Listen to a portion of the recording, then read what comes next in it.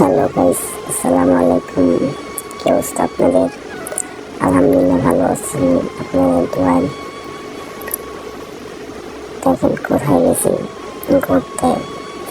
আমার ভাইয়া শ্বশুর বাড়িতে গেছিলাম ঘুরতে, বাট গ্রামে ওয়েদারটা অনেক ভালো ছিল, অনেক ঠান্ডা ওয়েদার ছিল, ঠিক আছে, অনেক ঘুরেও মজা পাইছি।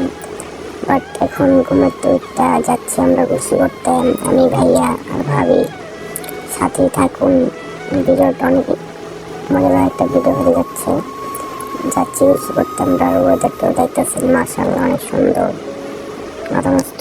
আপনাদের জন্য এত কষ্ট করে ভিডিও বানাই, বাট আপনারা সাপোর্ট করেন না। অবশ্যই সাপোর্ট করবেন। এখন রাতে 2টা বাজতেছে, ভিডিও এডিট করতেছি, ঠিক আছে।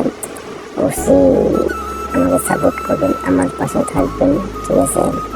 আগে যেভাবে ভালোবাসা দিচ্ছেন এভাবে ভালোবাসা দিবেন, ওকে। সাথেই থাকুন।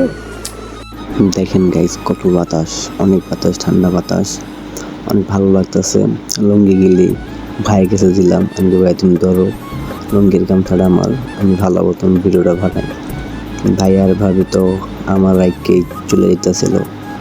দেখেন কি ওয়েদার, আর যে বাতাস, ঠান্ডা বাতাস, আমার মনটা জোড়ায় গেছে গা।